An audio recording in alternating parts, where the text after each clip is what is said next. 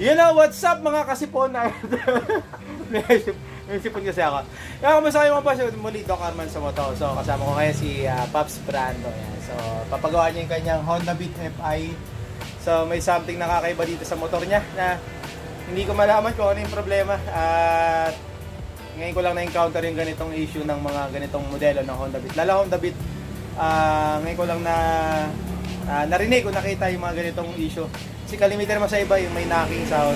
Yan. Ito, kakaiba, iba talaga. So, tara mga sir, share ko sa inyo kung ano yung narinig ko dito sa Honda Beat FI na to. Alright!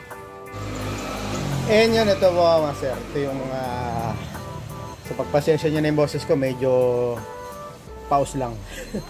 At medyo puyat. And so, ito yung motor ni Bossing. So, Honda Beat FI 110. So, may kakaibang tunog na hindi namin malaman kung ano ba. Kung anong dahilan. Dahil iba yung tunog niya, tulog something parang helicopter na jet, parang gano'n. Ano? Kuliglig. Yan. So, ito. Parinig ko sa inyo mga boss. Pakita ko ito. Parinig ko.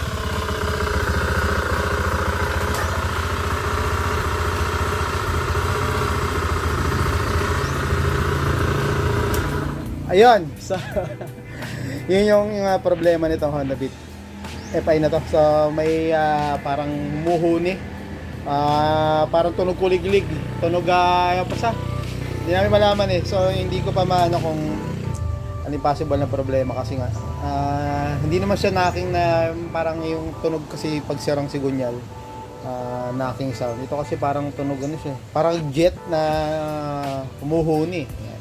So mamaya natin malalaman kung ano yung problema nito. So bubuksan natin yung makina, syempre. Of course.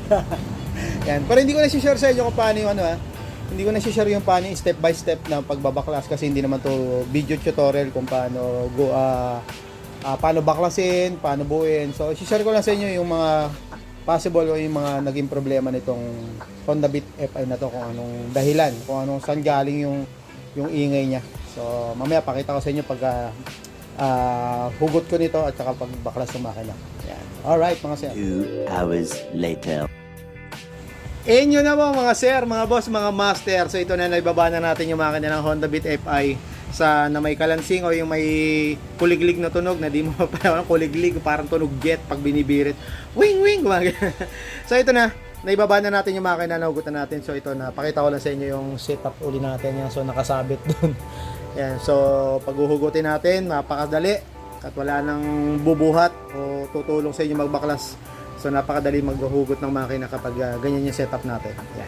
So ito, balik ulit tayo. Ito yung problema nito, yung maingay nga, yung parang humuhuni siya, tunog jet, tunog kuliglig. So chinik ko na yung mga parts na ito, lalo na yung rocker arm, bearing, wala namang problema. Chinik natin yung kanyang camshaft bearing. Ito yung camshaft. So, okay naman, wala rin mga alog, walang gaspang yung ikot. So, ano pa ba chinik natin to? Yung pump ng oil pump gear, yung plastic na to. So, wala namang damage, wala namang bungi. Yan. So, yung mga guide, okay naman yung mga guide, wala namang crack, wala namang putol, walang lamat, kaya okay naman, walang problema. So, pan-checking, so ito yung lumabas sa problema niya.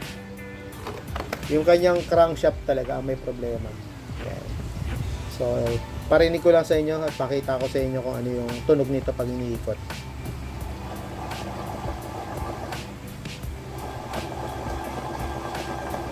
Yan.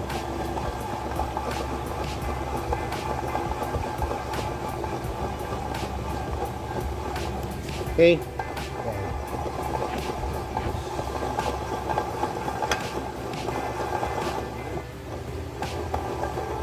Okay. So yun yung naging cause nung dahilan ng ingay ng makina. Narinig nyo kanina, na nakita nyo rin. So, yung crankshaft ang problema. So, ito, papalitan namin ng bago at para mamaya, nantay lang namin yung parts na ikakabit. So, bigyan ko lang kayo ng idea kung paano to baklasin o paano tanggalin yung kanyang oil seal. Lalo yung oil seal ito, nang hirap tanggalin. So, yung oil seal, para matanggal nyo, gamit kayo ng barena. Barenahan nyo na maliit, tapos lagay nyo ng katulad dito ng screw para pwede nyong hatakin. Gamitan nyo lang ng vice grip para mahatak nyo. So napakahirap alisin ito mga boss. Kahit natungkabin nyo yan, gamit kayo ng flat screw, tungkabin nyo, mas ang hirap. Ang gawin nyo na lang, butasin nyo na lang, barenahan nyo, tapos saka nyo hatakin ng either tong lagay nyo ng torn ng to, screw, tapos vice grip. Ayan. So para tanggalin naman tong sigunyal dito, kasi nakakapit to sa sa crankshell. Hindi to matatanggal basta-basta. Hindi katulad to ng NMAX, Aerox, Mio, mga Mio Sporty, yan. So pwede nyo siyang hugutin ng kumbaga hindi kailangan ng force o ng puwersa. Hindi katulad to ng mga Click, Honda Beat, Click, basta mga Honda scooter ganyan. So ang gagamitin nyo dito, so kasi to natanggal ko na to, pinakita ko lang kung paano yung problema. Pag ganito, gamit kayo ng para matanggal nyo. Gamit kayo ng mga ito yung spacer. Lagay lang natin para makita nyo. Ito yung ginamit ko dito. Ayan. Lagay nyo lang ng spacer para mapukpok nyo. Pabalik. Gamit kayo yung martilyo. Ayan. Ipupukpokin nyo. Ayan. Para matanggal siya dito sa housing. Kasi nakalak yan dito. Nakalak kasi yung kumbaga yung bearing dito ng sigunyal, naka-ano yan dito, naka-fix. Kumbaga yung clearance is talagang 0-0 o negative 0 pa nga, parang ganun. Kasi kung mga may tolerance na mga 0 points, mga 0 basta may tolerance siya, may allowance siya na saktong-sakto, mahuhugot. Ito kasi talagang nakakapit siya dito, yung bearing, kaya hindi matatanggal. So, ito na, natanggal ko na. So pagbabalik naman ito mamaya, ang hirap nito ibalik, lalo sa mga Honda. So ang technique dito para may balik to, either kung may puller kayo, bagay yung puller na sa likod galing, pahatak, o kaya naman butane, gamit lang ng butane, ibo-butane to. Iinitin, yan. Yung mga iba yung gumagamit lalo sa mga nagpapalit ng mga bearings, mga bearing ng gearings, dito sa loob ng gearings, yung mga bearing. So yun ang ginagamit, butane, iniinit para, o kaya yung mga acetylene pa nga yung iba. So ito gagamit tayo ng butane. Yan. So iinitin natin to para maibalik to. Para may suksok. Pero hindi ito yung bago. Yan. So ito yung naging cause ng problema, yung kanyang sigunyal. So kailangan namin may sumasabit lang pero yun talaga naging problema, yung crankshaft. So hindi ko napakita kung paano yung pagbabaklas. Hindi ko na rin may papakita yung paano yung pagkakabit nito. Papakita ko na lang sa inyo mga boss yung after natin mabuo yung makina mamaya para saksihan natin kung ano yung magiging kalalabasan ng ginawa natin dito sa Honda Beat FI na may tunog kuliglig, tunog jet o something na magaspang. So mamaya, assemble ko lang to, buuin ko lang, pakita ko sa inyo mga boss. Alright. 6 hours later. Okay mga boss, so right ito, nabuo na natin yung makina. So kanina nakita nyo, hiwalay pa kanina. So hindi ko na pinakita kung paano binuo kasi nga hindi naman tayo video tutorial nung paano mag-assemble, magbaklas. So ito yung kanina yung ginagawa natin na Honda Beat FI na maingay yung makina, yung tunog kuliglig, tunog truck to. So ayan nga, so ito si Pops, shout out kay Pops Bruno. So ito ginabi na kami. Sobrang hirap talaga pag lalo pag ganito mga Honda, medyo matagal gawin talaga kasi bago may kabit yung sigunyal na bago. So kailangan gumamit ng to yung butane kasi nga nakalock yung kanyang bearing, nakalock yung bearing sa crankshell sa left side. So kailangan ng butane. Kung meron naman kayong puller, crankshaft puller, pwede, pero mas maganda kasi pag butane kasi madaling ikabit o matatansya mo yung pagsalpak niya. So ito na, natapos na namin gawin. So parinig ko lang sa inyo yung kinalabasan ng ginawa natin, kung anong nangyari.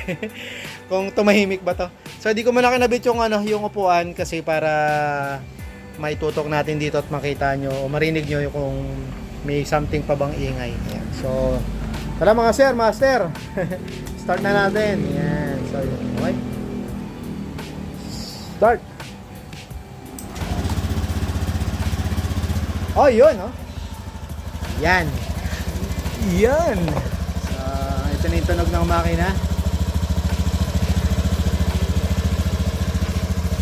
Parinig ko dito para marinig yung tunog ng injector. Yung tik tik tik tik injector yun. Ito. Yung narinig nyo parang tik tik tik tik tik yan. Ito. Kasi medyo malakas yung tunog talaga ng injector. Yan. Alright. So yung ginamit namin lang is dito, Honda. Yan. So Honda. Baka naman. So i-rev natin para medyo konting ano, may konting power. Baka sabihin nyo naman baka naka-minor lang yan sir. Kaya tahimik. So, ibiritin natin.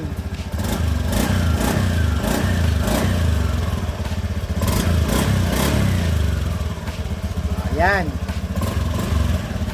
So, ikumpara natin yung tunog ng makina kanina. So, ito yung video kanina bago natin gawin. Bago natin simulan. So, ito yung tunog ng issue.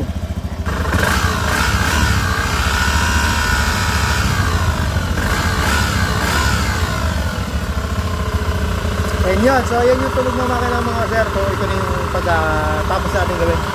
So ito. So yung pinalitan natin dito, crankshaft. Dito yung mga parts ito. Dito nga pala, yan. So ito yung mga pinalitan natin dito. So crankshaft, assembly, bearing, tapos oil seal. Siyempre kaya magpalit ng bagong oil seal.